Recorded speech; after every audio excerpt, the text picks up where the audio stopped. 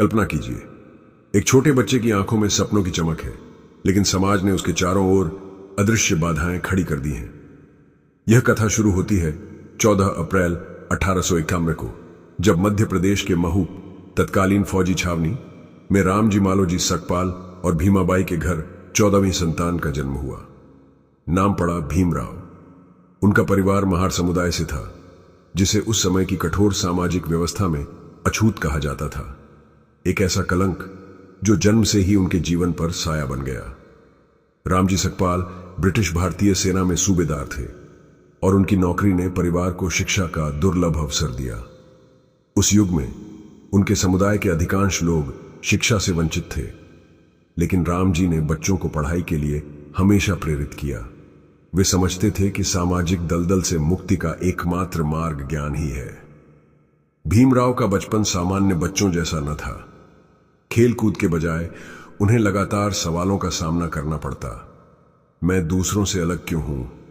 मुझे सहपाठियों के साथ क्यों नहीं बैठने दिया जाता? सामान्य जल स्रोत से पानी पीने का अधिकार मुझे क्यों नहीं? ये प्रश्न उनके नन्हे मन को गहरी चोट पहुंचाते। स्कूल में दाखिला मिला, लेकिन वह भी एक युद्ध जैसा था।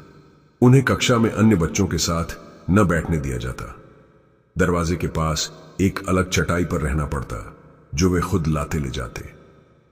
ज्ञान के उस मंदिर में जहां सबको समान अवसर मिलना चाहिए, उन्हें हर क्षण असमानता का एहसास कराया जाता।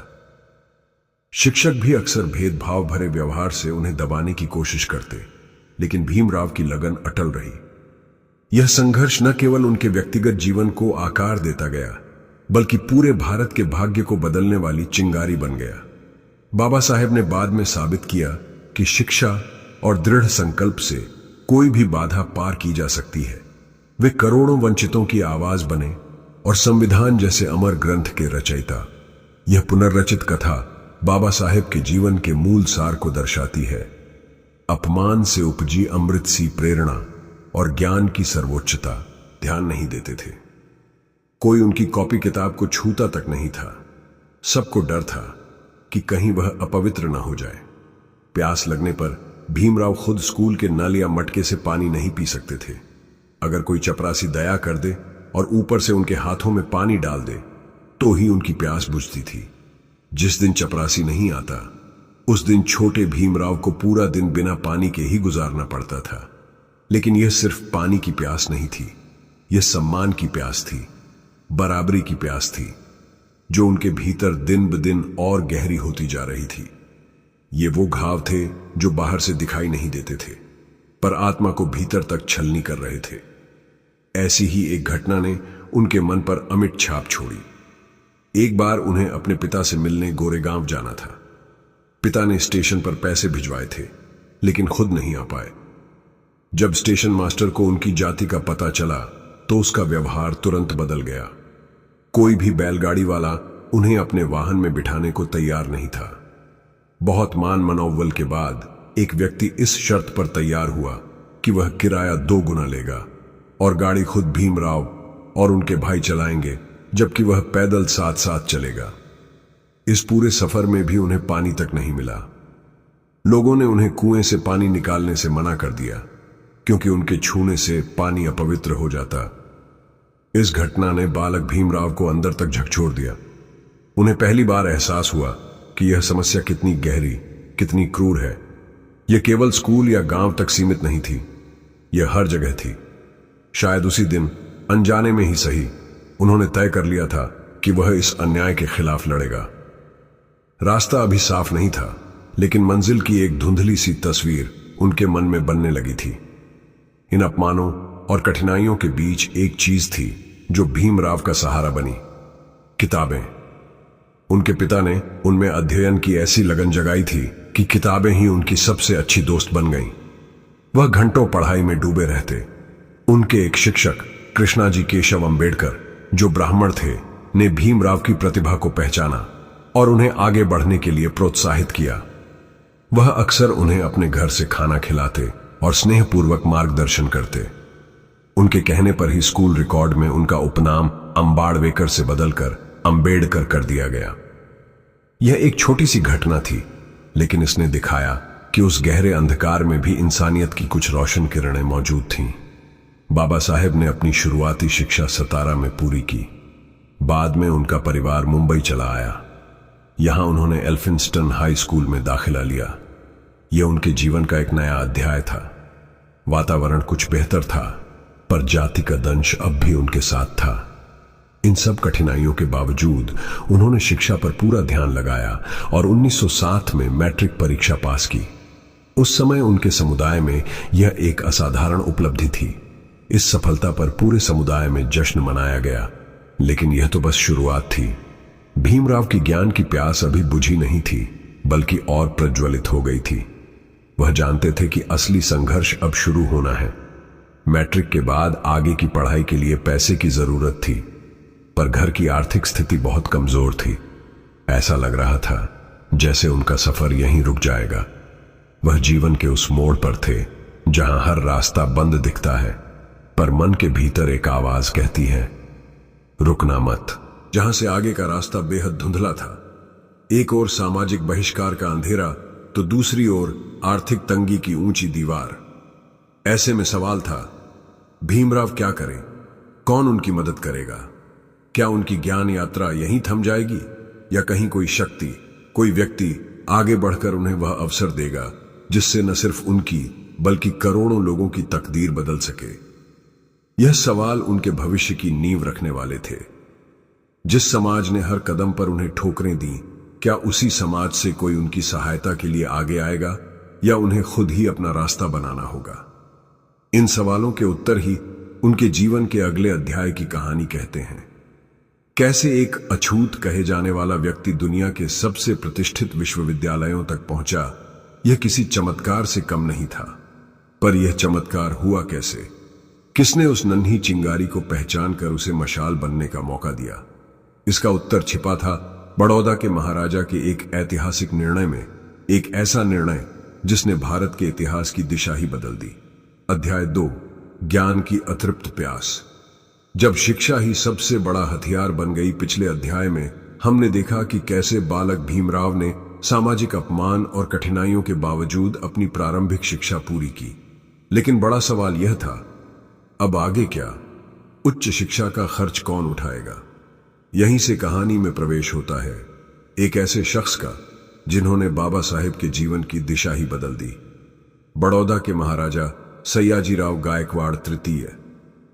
महाराजा गायकवाड़ एक प्रगतिशील और दूरदर्शी शासक थे। वह शिक्षा के महत्व को गहराई से समझते थे और योग्य विद्यार्थियों को आगे बढ़ाने के लिए जाने जाते थे। किसी शुभ चिंतक के माध्यम से जब भीमराव अंबेडकर की कहानी उनके पास पहुंची, तो उन्होंने तुरंत उनकी प्रतिभा को पहचाना और उन्हें आगे की शिक्षा के लिए स्कॉलरशिप देने का निर्णय लिया। यह सिर्फ आर्थिक सहायता नहीं थी, यह सम्मान का प्रतीक था।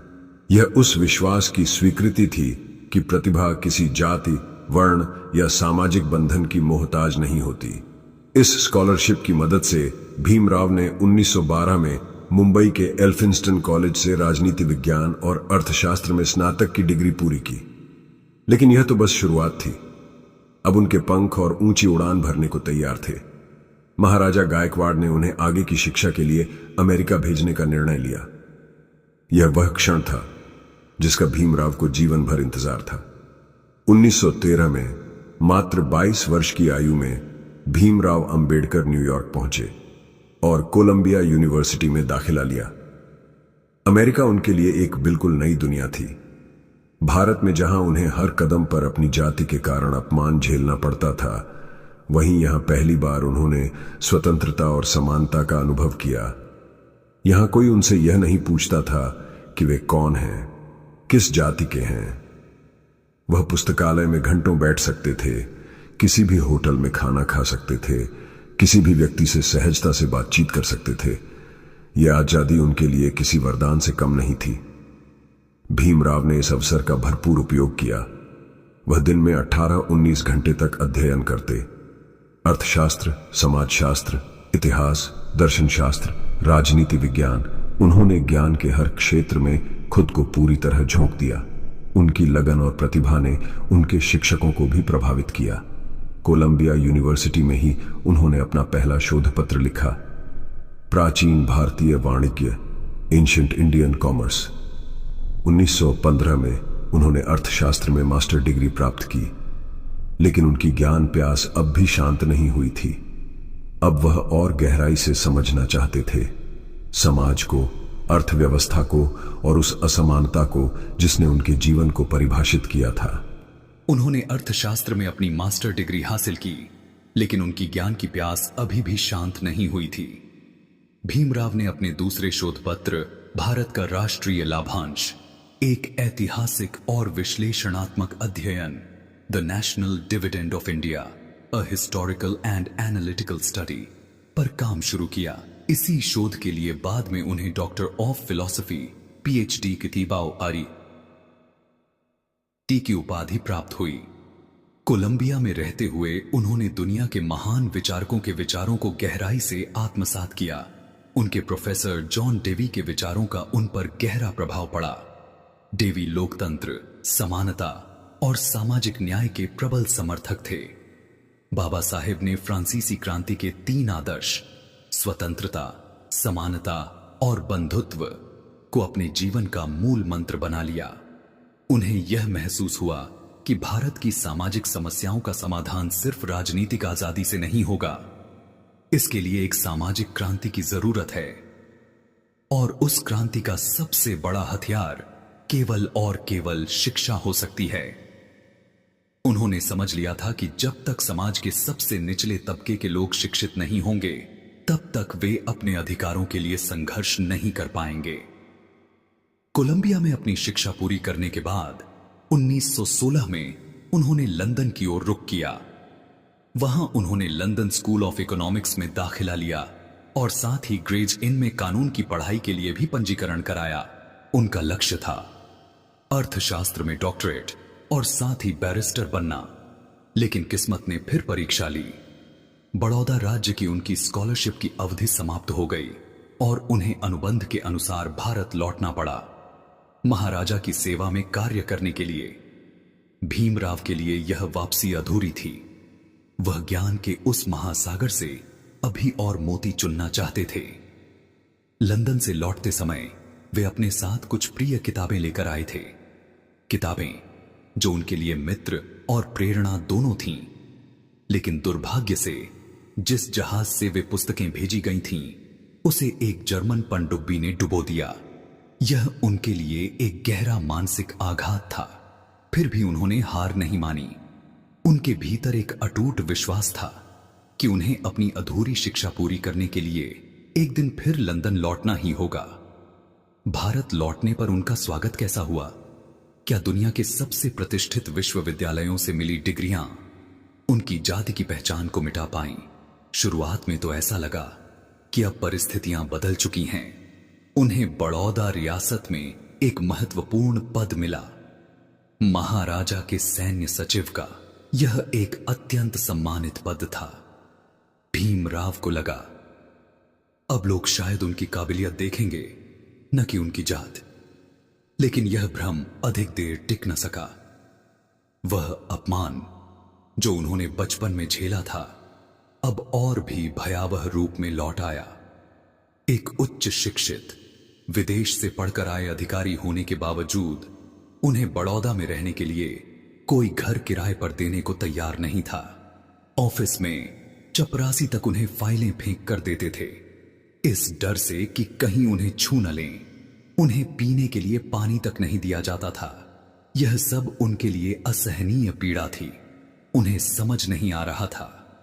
जिस ज्ञान को पाने के लिए उन्होंने दिन रात एक कर दिया, वही ज्ञान समाज की इस घृणित मानसिकता को क्यों नहीं बदल पा रहा? क्या उनकी सारी मेहनत व्यर्थ चली गई? एक तरफ दुनिया की सबसे ऊंची डिग्रियां थीं और दूसरी ओर एक ऐसा समाज जो उन्हें इंसान मानने को भी तैयार नहीं था। इस कड़वे सच का सामना करने के बाद बाबा साहेब के सामने 2 रास्ते थे। या तो इस व्यवस्था के आगे झुक जाएं या फिर उसके खिलाफ एक नई लड़ाई छेड़ दें। उन्होंने दूसरा रास्ता चुना और यही वह मोड़ था जहां से डॉन्टी भीमराव अंबेडकर केवल एक व्यक्ति नहीं बल्कि एक आंदोलन बन गए। डिग्रियां तो थीं, पर सम्मान कहां था?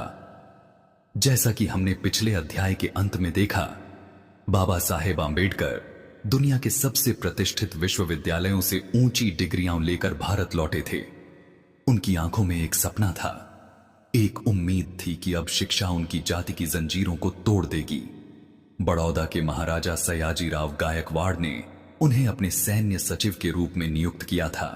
यह एक अत्यंत जिम्मेदार और प्रतिष्ठित पद था। किसी भी सामान्य व्यक्ति के लिए यह क्षण गर्व और सफलता का प्रतीक होता, लेकिन बाबा साहेब के लिए यह एक नए और भी दर्दनाक इम्तिहान की शुरुआत थी। उन्हें लगा था कि कोलंबिया और लंदन की हवाओं ने उनके भीतर जो आत्मविश्वास और गरिमा भरी है, वह अब उनके अपने देश में सम्मान पाएगी। परंतु वह गलत थे। जाति का राक्षस उनके स्वागत के लिए पहले से ही बड़ौदा में मौजूद था। नौकरी तो मिल गई, लेकिन रहने के लिए सिर पर छत तक नसीब नहीं हुई। कोई भी हिंदू होटल या मकान मालिक एक अछूत को कमरा देने के लिए तैयार नहीं था। मजबूरी में उन्होंने अपनी पहचान छिपाई और एक पारसी सराय में झूठा नाम बताकर एक कमरा किराए पर लिया। लेकिन यह झूठ ज्यादा दिन नहीं टिक सका।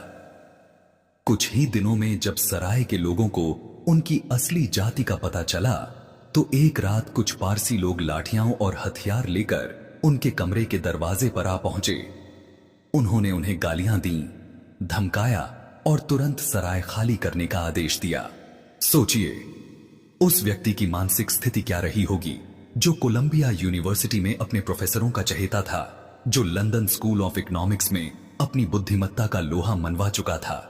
आज अपने ही देश में एक सम्मानित पद पर होते हुए भी सिर्फ अपनी जाति के कारण कमरे से निकाला जा रहा था। उस रात बाबा साहेब बड़ौदा की सड़कों पर अकेले और असहाय भटकते रहे। रहने के लिए कोई जगह नहीं थी। वह एक पार्क की बेंच पर बैठ गए और फूट फूट कर रो पड़े। वे आंसू सिर्फ उनकी बेबसी के नहीं थे, वे आंसू उस व्यवस्था के लिए थे जो इंसान को इंसान नहीं मानती थी। वे आंसू उस अपमान के लिए थे जो हजारों सालों से समाज की आत्मा को जहरीला बना रहा था। उनके ऑफिस का हाल इससे भी बुरा था। वह एक उच्च अधिकारी थे, लेकिन उनके अधीनस्थ कर्मचारी भी उनसे दूरी बनाए रखते थे। चपरासी फाइलें उन्हें फेंक कर देते थे, इस डर से कि कहीं छूने से अपवित्र न हो जाएं। ऑफिस में कोई उन्हें पानी तक नहीं पूछता था। जो अपमान उन्होंने बचपन में सहा था, वही अब और भी तीव्र होकर लौट आया था। अब वह एक असहाय बच्चा नहीं थे, वह एक योग्य, शिक्षित और आत्मनिर्भर व्यक्ति थे। फिर भी समाज की सोच वही थी, जड़, संकीर्ण और निर्दयी। उन्होंने इस पीड़ा की बात महाराजा सयाजीराव गायकवाड़ से की। महाराजा उनका सम्मान करते थे, लेकिन सामाजिक दबावों के आगे वह भी असहाय थे। कुछ ही हफ्तों में बाबा साहेब को एहसास हो गया कि इस वातावरण में वह काम नहीं कर सकते। जिस नौकरी के लिए उन्होंने अपनी पढ़ाई अधूरी छोड़ दी थी, उसी नौकरी को उन्होंने इस असहनीय अपमान के कारण त्याग दिया। उन्होंने बड़ौदा छोड़ दिया और मुंबई लौट आए। यह उनके जीवन का एक निर्णायक मोड़ था। उन्होंने ठान लिया था कि अब वह किसी की नौकरी नहीं करेंगे, वह अपना रास्ता खुद बनाएंगे। मुंबई आकर उन्होंने कुछ समय तक छोटे मोटे काम किए, यहां तक कि स्टॉक ब्रोकर के रूप में काम करने की कोशिश भी की। लेकिन जब लोगों को उनकी जाति का पता चला तो उनका काम ठप पड़ गया। इसके बाद उन्होंने एक कॉलेज में प्रोफेसर के रूप में काम शुरू किया, क्योंकि ज्ञान ही उनका असली साथी था और शिक्षा ही उनका शस्त्र। यहां से शुरू होती है उनके जीवन की अगली यात्रा, जहां अपमान की राख से उठकर एक नेता, एक सुधारक और एक क्रांतिकारी जन्म लेता है। जब पानी पर हक की मुहिम ने पूरे देश को हिला दिया, डिग्रियों और ज्ञान से लैस होकर जब डॉ भीमराव अंबेडकर भारत लौटे, तो वे अब पहले वाले भीमराव नहीं रहे थे। विदेशों की शिक्षा ने उनके भीतर आत्मविश्वास भरा था और बड़ौदा के अपमान ने उनके भीतर आग। उन्होंने अब यह भली भांति समझ लिया था कि सिर्फ व्यक्तिगत सफलता समाज को नहीं बदल सकती। यह लड़ाई यह लड़ाई किसी एक व्यक्ति की नहीं, पूरे समाज की थी और यह मुकाबला समाज के बीच रहकर ही लड़ा जा सकता था। मुंबई लौटकर उन्होंने अपनी वकालत की शुरुआत की, लेकिन उनका असली लक्ष्य न्यायालय की जीत नहीं, बल्कि समाज की चेतना की जागृति थी। वे जानते थे कि सदियों से दबे कुचले और शोषित समाज को अगर जगाना है तो सबसे पहले उन्हें उनकी आवाज देनी होगी। उन्हें यह एहसास दिलाना होगा कि वे भी इंसान हैं, उनके भी अधिकार हैं और उन्हें भी सम्मान के साथ जीने का पूरा हक है। इसी सोच के साथ उन्होंने अपने सार्वजनिक जीवन का आगाज किया। उनका पहला और सबसे सशक्त हथियार बना पत्रकारिता। साल 1920 जब वे अपनी उच्च शिक्षा पूरी करने के लिए लंदन जाने की तैयारी कर रहे थे, उसी समय कोल्हापुर के महाराजा शाहू महाराज की मदद से उन्होंने एक पाक्षिक अखबार शुरू किया जिसका नाम था मूक नायक। नाम ही इसकी आत्मा कहता है। मूक नायक यानी गूंगों का नेता। यह उन करोड़ों लोगों की आवाज थी जिनकी जुबान सदियों से समाज ने छीन ली थी। इस अखबार के जरिए बाबा साहेब ने दलितों पर हो रहे अत्याचारों, सामाजिक कुरीतियों और अन्याय के खिलाफ आवाज उठाई। उनकी लेखनी में आग थी, लेकिन वह आग विनाश की नहीं बल्कि परिवर्तन की थी। उनकी भाषा सीधी, सटीक और असरदार थी। हर शब्द एक तर्क था, हर वाक्य एक सबूत। वह भावनाओं से नहीं, तथ्यों और विचारों से समाज को झकझोरते थे। मूक नायक के जरिए उन्होंने लोगों को सोचने पर मजबूर कर दिया कि आखिर एक इंसान का मूल्य उसकी जाति से क्यों तय होता है। क्यों शिक्षा, मंदिर, कुएं और पानी जैसी बुनियादी चीजें एक वर्ग विशेष की जागीर बन गई हैं। यही वह दौर था जब बाबा साहेब ने पहली बार उस आंदोलन की नींव रखी जिसने आने वाले समय में पूरे देश की चेतना को हिला दिया। उन्होंने समझ लिया था कि समाज की जड़ों में जमी असमानता सिर्फ कानून या भाषणों से नहीं मिटेगी, बल्कि जागरूकता, शिक्षा और संगठन से मिटेगी। मूक नायक सिर्फ एक अखबार नहीं था, यह एक विचार था जो धीरे धीरे एक क्रांति में बदलने वाला था। जब महाड़ की धरती पर आत्मसम्मान ने इतिहास लिखा, डॉ. भीमराव अंबेडकर अब सिर्फ एक विद्वान या वकील नहीं रहे थे, वह अब एक आंदोलन बन चुके थे। उनकी कलम ने जो चिंगारी मूक नायक से जलाई थी, वह अब पूरे देश में आग की तरह फैल रही थी। उन्होंने लोगों को समझाया, तुम्हारी गरीबी, तुम्हारा अपमान, तुम्हारा बहिष्कार, यह तुम्हारे कर्मों का परिणाम नहीं, बल्कि इस अन्यायपूर्ण सामाजिक व्यवस्था का परिणाम है। मूक नायक ने दलित समाज में जागृति की ऐसी लहर पैदा की जो पहले कभी नहीं देखी गई थी। लोग पहली बार अपनी पीड़ा को शब्दों में सुन रहे थे। उन्हें लगने लगा कि कोई है जो उनकी बात करता है, जो उनके लिए खड़ा है। आर्थिक कठिनाइयों के कारण मूक नायक कुछ समय बाद बंद हो गया, लेकिन उसने वह चिंगारी जला दी थी जिसे अब कोई बुझा नहीं सकता था। इसके बाद बाबा साहेब ने बहिष्कृत भारत, समता और जनता जी जैसी कई पत्रिकाएं निकाली और अपनी आवाज को और बुलंद किया। 1924 में उन्होंने बहिष्कृत हितकारिणी सभा की स्थापना की।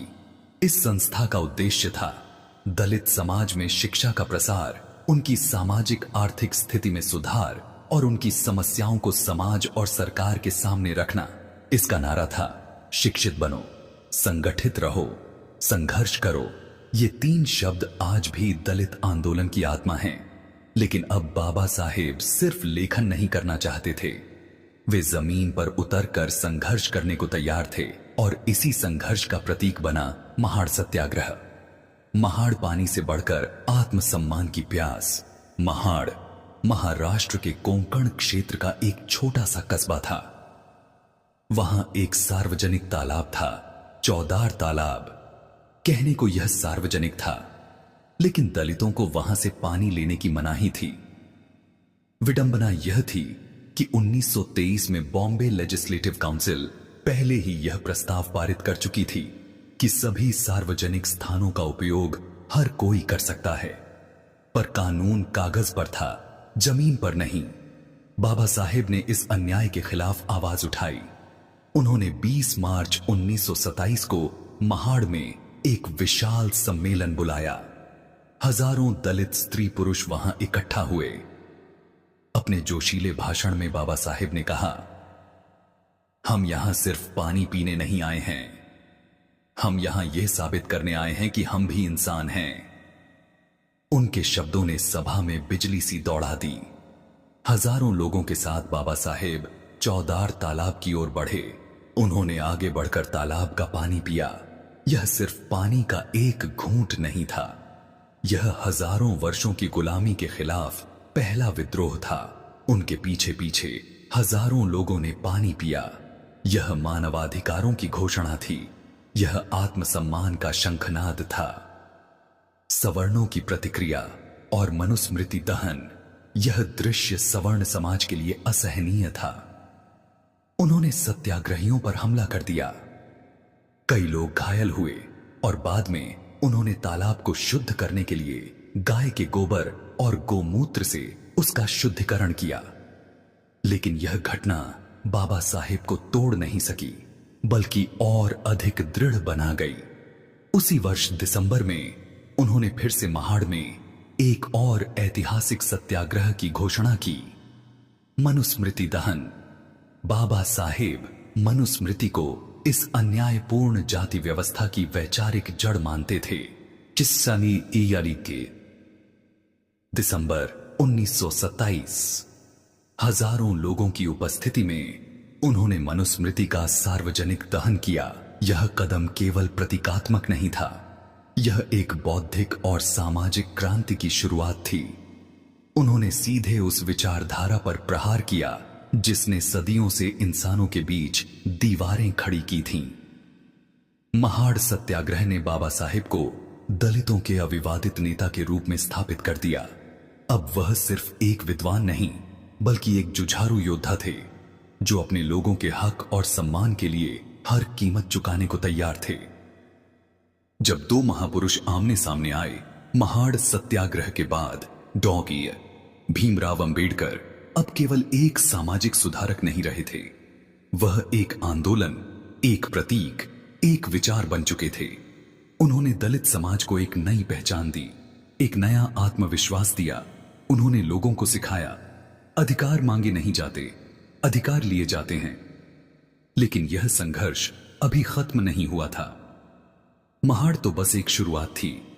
अब बारी थी उस वैचारिक और राजनीतिक मुकाबले की जो भारत के इतिहास में हमेशा याद किया जाएगा। एक ऐसा मुकाबला जो उन्हें सीधा लंदन की गोलमेज परिषदों तक ले गया। लंदन की राह और ऐतिहासिक मंच। ब्रिटिश सरकार अब भारत में संवैधानिक सुधारों की प्रक्रिया शुरू कर चुकी थी। वह चाहती थी कि भारत के सभी वर्ग, हिंदू, मुस्लिम, सिख, दलित और अन्य इस चर्चा में शामिल हों। इसी उद्देश्य से लंदन में 3 गोलमेज सम्मेलनों का आयोजन किया गया और इनमें दलितों या डिप्रेस्ड क्लासेस के प्रतिनिधि के रूप में डॉ. भीमराव अंबेडकर को आमंत्रित किया गया। यह उनके जीवन का एक निर्णायक क्षण था। अब वह अपनी बात को भारत की गलियों से उठाकर सीधे ब्रिटिश साम्राज्य के केंद्र में रख सकते थे। उन्होंने इस अवसर की तैयारी पूरी लगन से की। अनेक रिपोर्टें, आंकड़े और ऐतिहासिक प्रमाण जुटाए। उन्होंने यह सिद्ध करने का निश्चय किया कि दलितों की समस्या केवल सामाजिक नहीं बल्कि राजनीतिक भी है। पहली गोलमेज सम्मेलन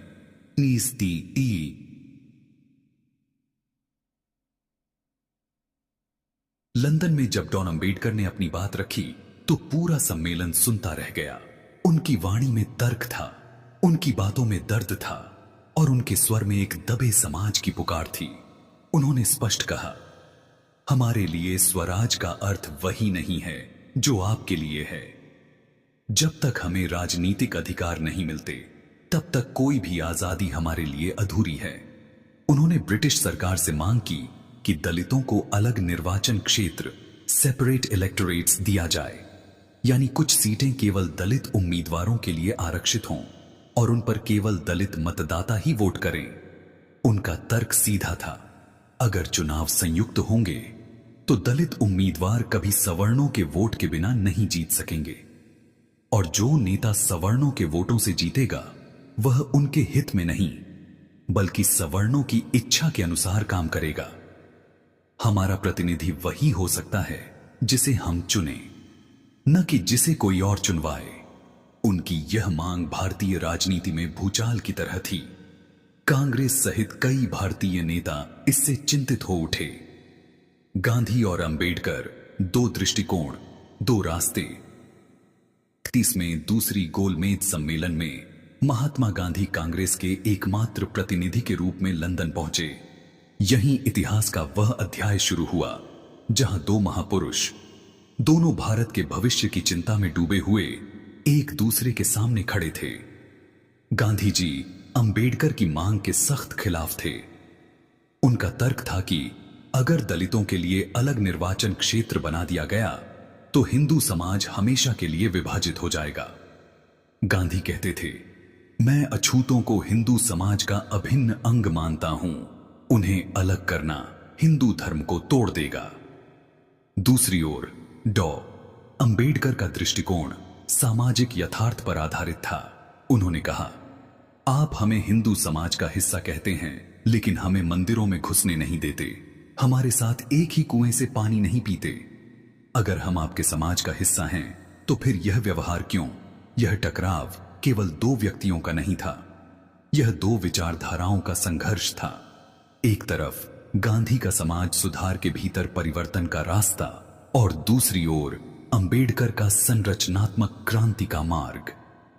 गोलमेज सम्मेलन से लौटने के बाद जब ब्रिटिश सरकार ने अंबेडकर की मांग को स्वीकार कर लिया और दलितों को अलग निर्वाचन क्षेत्र देने की घोषणा की, तो गांधी जी ने इसे राष्ट्र की एकता के लिए खतरा बताया और यरवदा जेल में अनशन शुरू कर दिया। यह भारत के इतिहास का वह पल था जब देश के दो सबसे बड़े नेता एक दूसरे के आमने सामने थे। आखिरकार जो हुआ उसने भारत की राजनीति, समाज और संविधान तीनों की दिशा बदल दी। यह था पूना पैक्ट। मैं हिंदू उत्पन्न हुआ था पर हिंदू मरूंगा नहीं। पूना पैक्ट बाबा साहेब अंबेडकर के लिए सिर्फ एक राजनीतिक हार नहीं थी, यह एक गहरा आघात था जिसने उनकी आत्मा तक को झकझोर दिया। वर्षों तक उन्होंने संघर्ष किया, महाड़ सत्याग्रह, मंदिर प्रवेश आंदोलन, राजनीतिक अधिकारों की लड़ाई, लेकिन हर बार जाति की कठोर दीवार उनके सामने खड़ी हो जाती थी। उन्हें साफ दिखने लगा था कि हिंदू धर्म की जड़ें ही उस वर्ण व्यवस्था में धंसी हैं जो बराबरी को स्वीकार ही नहीं करती। चाहे दलित कितने भी पढ़ लिख जाएं, कितना भी आगे बढ़ जाएं, इस धार्मिक ढांचे के अंदर उन्हें सिर्फ अछूत के रूप में ही देखा जाता था। इसी पीड़ा और चिंतन के बीच इतिहास का एक निर्णायक क्षण जन्म लेता है। साल 1935, स्थान नासिक के पास येवला। यहां दलितों का एक बड़ा सम्मेलन हुआ। हजारों लोग अपने नेता को सुनने आए थे। तभी मंच पर खड़े होकर बाबा साहेब ने वह घोषणा की जिसने पूरे भारत को हिला दिया। उन्होंने कहा, मैंने निर्णय लिया है कि मैं एक हिंदू के रूप में नहीं मरूंगा। मैं अछूत पैदा हुआ, यह मेरे हाथ में नहीं था, लेकिन हिंदू मरना मेरे हाथ में है और मैं हिंदू के रूप में नहीं मरूंगा। यह सिर्फ एक वाक्य नहीं था, यह एक क्रांति थी, एक ऐसी व्यवस्था को चुनौती देने का ऐलान जिसने उन्हें और लाखों दलितों को इंसान तक नहीं समझा। बाबा साहेब ने कहा, धर्म इंसान के लिए है, इंसान धर्म के लिए नहीं। जो धर्म आपको इंसान मानने से इनकार करे उसे त्याग देना ही बेहतर है। इस घोषणा से पूरे देश में हलचल मच गई।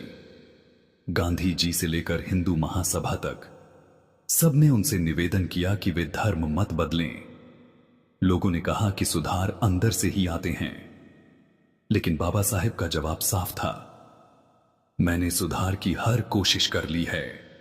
हिंदू समाज का मन नहीं बदला, अब एक ही रास्ता बचा है, धर्म त्याग। इसके बाद कई धर्मों के प्रतिनिधि उनसे मिलने लगे। इस्लामी और ईसाई मिशनरियों ने बड़े बड़े प्रस्ताव दिए, सुरक्षा, समर्थन, संस्थाएं, सब कुछ। सिख नेताओं ने भी उन्हें अपने धर्म में आने का निमंत्रण दिया, लेकिन बाबा साहेब किसी प्रलोभन में नहीं आए। वे किसी नए धर्म को सिर्फ भावनाओं से नहीं, बल्कि गहन अध्ययन और विवेक से चुनना चाहते थे। उनका लक्ष्य सिर्फ धर्म बदलना नहीं था, अपने लोगों के लिए सम्मान का एक नया रास्ता बनाना था। अगले अध्याय में यहीं से कहानी आगे बढ़ती है, जब वह अंतिम निर्णय लेते हैं जो भारतीय इतिहास की सबसे क्रांतिकारी घटनाओं में गिना जाता है। कुछ समय के लिए बाबा साहेब ने सिख धर्म अपनाने पर भी गंभीरता से विचार किया, लेकिन यह सिर्फ एक व्यक्तिगत निर्णय नहीं था।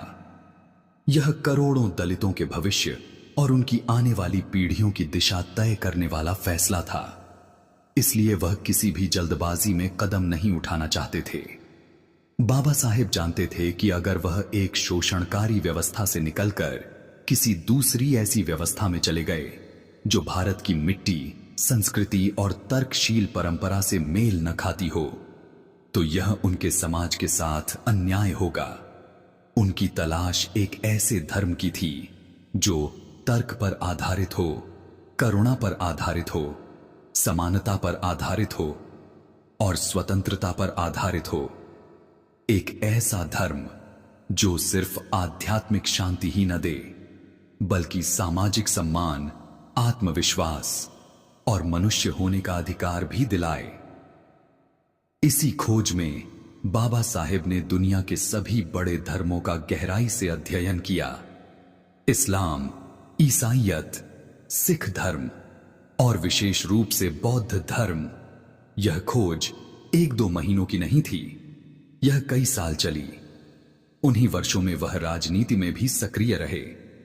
उन्होंने अपनी लेबर पार्टी बनाई, चुनाव लड़े और वायसराय की कार्यकारी परिषद के सदस्य भी बने। लेकिन उनके मन की गहराइयों में धर्म परिवर्तन का संकल्प लगातार धधक रहा था। वह एक ऐसा रास्ता खोज रहे थे जो उनके समाज को जाति की जंजीरों से हमेशा के लिए मुक्त कर दे। साथ ही वह यह भी चाहते थे कि यह धर्म भारत की अपनी भूमि, अपनी परंपरा और अपने इतिहास से जन्मा हो, क्योंकि वह नहीं चाहते थे कि उनका समाज किसी विदेशी धर्म को अपनाकर मुख्यधारा से अलग हो जाए। धीरे धीरे उनकी यह तलाश उन्हें भगवान बुद्ध की ओर ले गई। जब उन्होंने बौद्ध धर्म को पढ़ा, समझा और उसके सिद्धांतों पर विचार किया, तो उन्हें एक बात साफ दिखी। बौद्ध धर्म में जाति का कोई स्थान नहीं था। यह धर्म पूरी तरह तर्क, नैतिकता, करुणा और मानवता पर आधारित था। यह किसी ईश्वर, किसी अलौकिक शक्ति या किसी जन्म आधारित श्रेष्ठता को महत्व नहीं देता था, बल्कि इंसान के कर्म, विवेक और चरित्र को सर्वोपरि मानता था। बाबा साहेब को लगा कि यही वह मार्ग है जिससे उनके लोग वास्तविक मुक्ति पा सकते हैं। लेकिन इस निर्णय को व्यवहार में बदलने में अभी कई साल लगने वाले थे। उधर भारत भी एक ऐतिहासिक मोड़ पर पहुंच चुका था। द्वितीय विश्व युद्ध समाप्त हो चुका था और लगभग तय था कि अब अंग्रेज भारत छोड़ेंगे। आजादी का सूरज उगने वाला था, लेकिन इसके साथ ही एक विराट जिम्मेदारी सामने खड़ी थी। आजाद भारत का अपना संविधान बनाना। एक ऐसा संविधान जो सदियों की असमानता को खत्म करे, देश को एक सूत्र में बांधे और हर नागरिक को बराबरी का अधिकार दे। संविधान सभा का गठन हुआ और यहीं से शुरू होती है वह ऐतिहासिक यात्रा जिसने बाबा साहेब को भारत का भाग्य निर्माता बना दिया।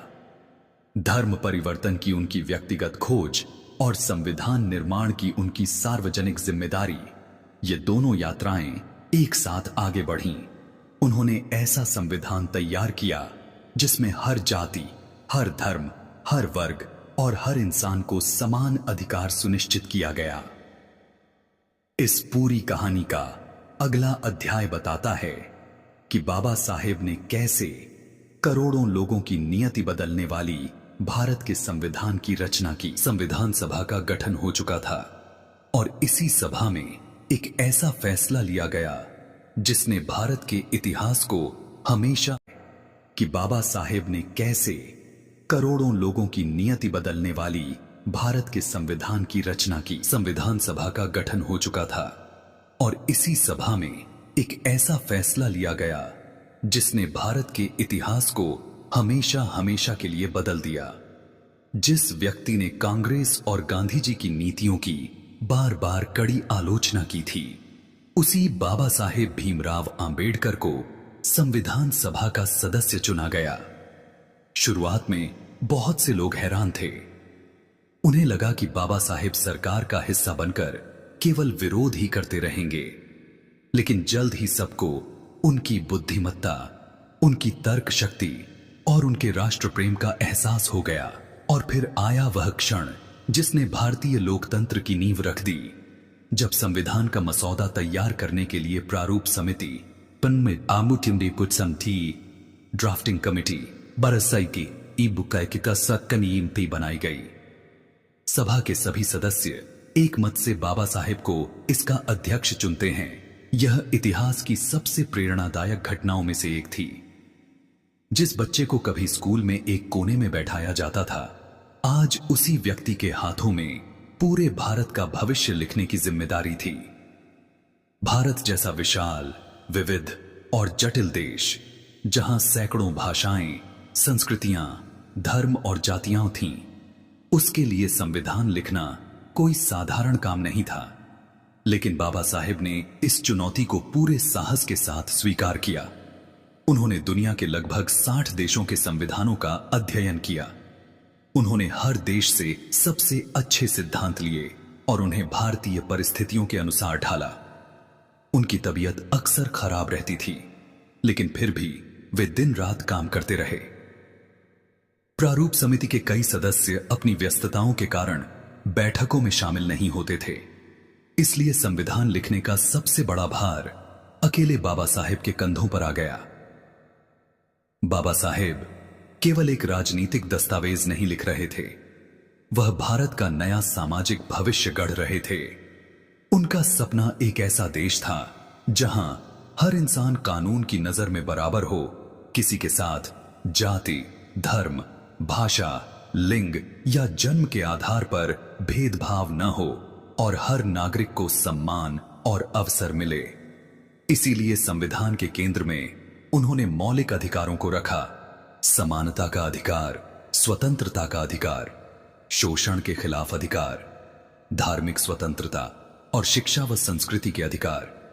इन सभी अधिकारों का लक्ष्य था एक नया, समान, न्यायपूर्ण भारत बनाना।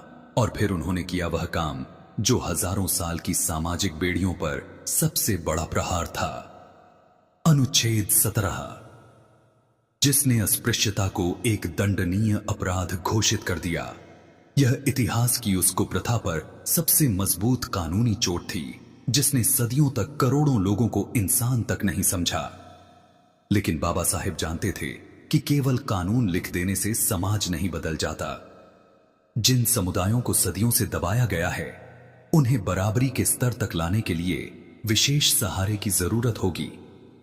इसी सोच के साथ उन्होंने अनुसूचित जातियों और अनुसूचित जनजातियों के लिए सरकारी नौकरियों और शिक्षा संस्थानों में आरक्षण का प्रावधान किया। उन्होंने स्पष्ट कहा, यह कोई दया या रियायत नहीं, बल्कि प्रतिनिधित्व है। जब किसी समाज को हजारों सालों तक हर अवसर से दूर रखा गया हो, तब बराबर की दौड़ में खड़ा होने के लिए कुछ समय के लिए सहारा दिया जाना न्याय है, पक्षपात नहीं। यह व्यवस्था अस्थायी थी, लेकिन इसका उद्देश्य स्थायी था, इन समुदायों को मुख्य धारा में लाना और उन्हें बाकी समाज के बराबर खड़ा करना। संविधान का मसौदा तैयार होकर जब संविधान सभा के सामने प्रस्तुत हुआ, तो यह सिर्फ कागजों का दस्तावेज नहीं था, यह करोड़ों भारतीयों के सपनों, दर्द, संघर्ष और उम्मीदों का संग्रह था। और इसके केंद्र में खड़े थे डॉ. बाबा साहेब आंबेडकर। संविधान का मसौदा जब संविधान सभा में बहस के लिए आया, तो उस पर महीनों तक चर्चा हुई। हर अनुच्छेद, हर सिद्धांत, हर प्रावधान बाबा साहेब ने एक एक बात का वैज्ञानिक और तार्किक भाषा में बचाव किया। उनकी तर्क शक्ति इतनी मजबूत थी कि उनके सबसे बड़े आलोचक भी उनकी विद्वत्ता और धैर्य के कायल हो गए। और फिर आया वह ऐतिहासिक दिन 26 नवंबर 1919, जब संविधान सभा ने भारत के संविधान को आधिकारिक रूप से अपनाया। यह सिर्फ एक दस्तावेज को स्वीकार करना नहीं था, यह नए भारत का जन्म था। उस दिन अपने अंतिम भाषण में बाबा साहेब ने एक चेतावनी दी जो आज भी उतनी ही प्रासंगिक है। उन्होंने कहा, 26 जनवरी 1950 को हम एक विरोधाभासी जीवन में प्रवेश कर रहे हैं। राजनीति में हमारे पास समानता होगी, पर सामाजिक और आर्थिक जीवन में असमानता बनी रहेगी। अगर हमने इस विरोधाभास को खत्म नहीं किया तो एक दिन यही असमानता उस राजनीतिक लोकतंत्र को नष्ट कर देगी जिसे इस सभा ने इतनी मेहनत से बनाया है। यह शब्द सिर्फ चेतावनी नहीं थे, यह भविष्य दृष्टि थी। संविधान लागू हुआ और बाबा साहेब भारत के पहले कानून मंत्री बने। लेकिन संविधान बनाना एक हिस्सा था, अब शुरुआत थी संविधान की आत्मा को समाज में उतारने की। बाबा साहेब जानते थे कि राजनीतिक अधिकार मिलने भर से कोई समाज आधुनिक नहीं हो जाता, विशेष रूप से तब जब देश की आधी आबादी महिलाएं अभी भी सदियों पुरानी जंजीरों से बंधी हों। हिंदू समाज के व्यक्तिगत कानूनों में महिलाएं लगभग अधिकारहीन थीं। उन्हें संपत्ति में हिस्सा नहीं मिलता, तलाक लेने का हक नहीं था और पुरुषों को एक से अधिक विवाह की अनुमति थी। बाबा साहेब का स्पष्ट मानना था, किसी भी समाज की प्रगति का पैमाना उसकी महिलाओं की स्थिति होती है। इसी सोच के साथ उन्होंने एक क्रांतिकारी विधेयक तैयार किया, हिंदू कोड बिल। यह एक कानून नहीं था, यह कई बड़े सामाजिक सुधारों का समूह था। इसका उद्देश्य था हिंदू समाज के व्यक्तिगत मामलों, विवाह, तलाक, उत्तराधिकार, गोद लेना सबको एक आधुनिक, न्यायपूर्ण और समान कानून के ढांचे में लाना। इस बिल में ऐसी व्यवस्थाएं थीं जो उस समय के लिए किसी सामाजिक क्रांति से कम नहीं थीं। पहली बार महिलाओं को पिता और पति की संपत्ति में बराबर अधिकार, महिलाओं को क्रूरता, परित्याग और बीमारी जैसे आधारों पर तलाक का अधिकार, बहुविवाह, एक से अधिक पत्नी रखना को अवैध करने का प्रस्ताव, अंतरजातीय विवाहों को कानूनी सुरक्षा, गोद लेने के कानूनों को सरल और लैंगिक रूप से समान बनाया गया। संक्षेप में, यह बिल महिलाओं को पुरुषों के बराबर खड़ा कर रहा था। उन्हें वह अधिकार दे रहा था जिसकी वे हजारों वर्षों से हकदार थीं। बाबा साहेब ने इस बिल को संसद में पूरे आत्मविश्वास के साथ पेश किया। उन्होंने कहा, यह बिल किसी धर्म में हस्तक्षेप नहीं करता, यह सिर्फ उन कुप्रथाओं को खत्म करता है जिन्हें धर्म के नाम पर सही बताया गया है, और यह हमारे संविधान के मूल सिद्धांत समानता और न्याय का विस्तार है। लेकिन बिल जैसे ही पेश हुआ, पूरे देश में तूफान आ गया। रूढ़िवादी और परंपरावादी समूहों ने इसका जबरदस्त विरोध शुरू कर दिया। संसद के बाहर और अंदर हर जगह शोर था। कई बड़े नेता भी इस सुधार के खिलाफ खड़े हो गए। यह भारत के सामाजिक सुधारों की सबसे कठिन लड़ाइयों में से एक थी। कांग्रेस पार्टी के कई सदस्य और यहां तक कि तत्कालीन राष्ट्रपति डॉक्टर राजेंद्र प्रसाद भी इस बिल के खिलाफ थे। उनका तर्क था कि यह बिल हिंदू धर्म, उसकी संस्कृति और परंपराओं पर सीधा हमला है। उनका कहना था कि सरकार को लोगों के व्यक्तिगत और धार्मिक मामलों में दखल देने का कोई अधिकार नहीं है। विरोध इतना व्यापक था कि सड़कों पर प्रदर्शन शुरू हो गए। बाबा साहेब को हिंदू धर्म का विरोधी कहा जाने लगा। उनके पुतले जलाए गए। यह एक अजीब विडंबना थी। कुछ साल पहले जिन्हें संविधान का निर्माता कहकर आधुनिक मनु कहा गया, आज उन्हीं को हिंदू समाज का विनाशक बताया जा रहा था। बाबा साहेब ने संसद में घंटों तक बहस की, हर एक आपत्ति का तर्कपूर्ण उत्तर दिया, लेकिन विरोध की आवाजें बेहद तीखी और संगठित थीं। प्रधानमंत्री नेहरू सिद्धांत रूप से बिल के पक्ष में थे, पर भारी जनदबाव और राजनीतिक जोखिमों के कारण वह भी पीछे हट गए। उन्हें डर था कि अगर इस समय बिल पास करवाने की कोशिश की गई तो आने वाले पहले आम चुनाव में कांग्रेस को भारी नुकसान झेलना पड़ सकता है। अंततः सरकार ने बिल को टाल दिया। यह फैसला बाबा साहेब के लिए गहरा आघात था। उन्हें महसूस हुआ कि जिस सरकार का वह हिस्सा हैं, वही सरकार अपने सबसे अहम सामाजिक वादे से पीछे हट रही है। संविधान बनाते समय सबने समानता और न्याय की बातें की थीं, लेकिन उन सिद्धांतों को जमीनी स्तर पर लागू करने की हिम्मत किसी में नहीं थी। बाबा साहेब के लिए यह सिर्फ एक बिल की हार नहीं थी, यह उस उम्मीद की हार थी कि कानून के जरिए समाज को बदला जा सकता है। उन्हें लगा कि अगर वह महिलाओं, जो समाज का सबसे शोषित वर्ग हैं, को ही उनके अधिकार नहीं दिला सकते, तो कानून मंत्री के पद पर रहने का क्या अर्थ। सितंबर 1951 में उन्होंने गहरी निराशा और असहमति व्यक्त करते हुए केंद्रीय मंत्रिमंडल से इस्तीफा दे दिया। यह एक विशाल त्याग था। उन्होंने सत्ता को ठुकरा दिया, लेकिन अपने सिद्धांतों से समझौता नहीं किया।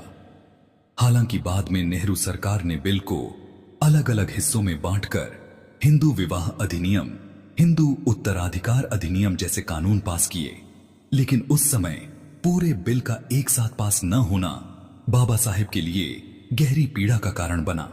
इस घटना ने उनके भीतर एक पुराना सवाल फिर जगा दिया, क्या राजनीतिक व्यवस्था के भीतर रहकर सामाजिक न्याय लाया भी जा सकता है।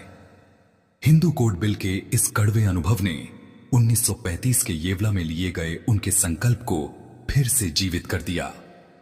अब उन्हें पूरा विश्वास हो गया था कि हिंदू धर्म की सीमाओं के भीतर रहकर सच्ची समानता और बंधुत्व हासिल करना असंभव है। कानून मंत्री के पद से इस्तीफा देने के बाद बाबा साहेब एक निर्णायक मोड़ पर खड़े थे। उनकी आध्यात्मिक यात्रा अधूरी थी और अब समय आ चुका था उस अंतिम कदम को उठाने का, वह कदम जिसकी तैयारी वह पिछले 20 वर्षों से कर रहे थे। उन्होंने कौन सा रास्ता चुना? क्यों हजारों धर्मों में से सिर्फ एक ही मार्ग उन्हें सही लगा? और कैसे उन्होंने अपने लाखों अनुयायियों के साथ मिलकर इतिहास की सबसे बड़ी शांतिपूर्ण धार्मिक क्रांति को जन्म दिया? इसका उत्तर मिलेगा अगले अध्याय में।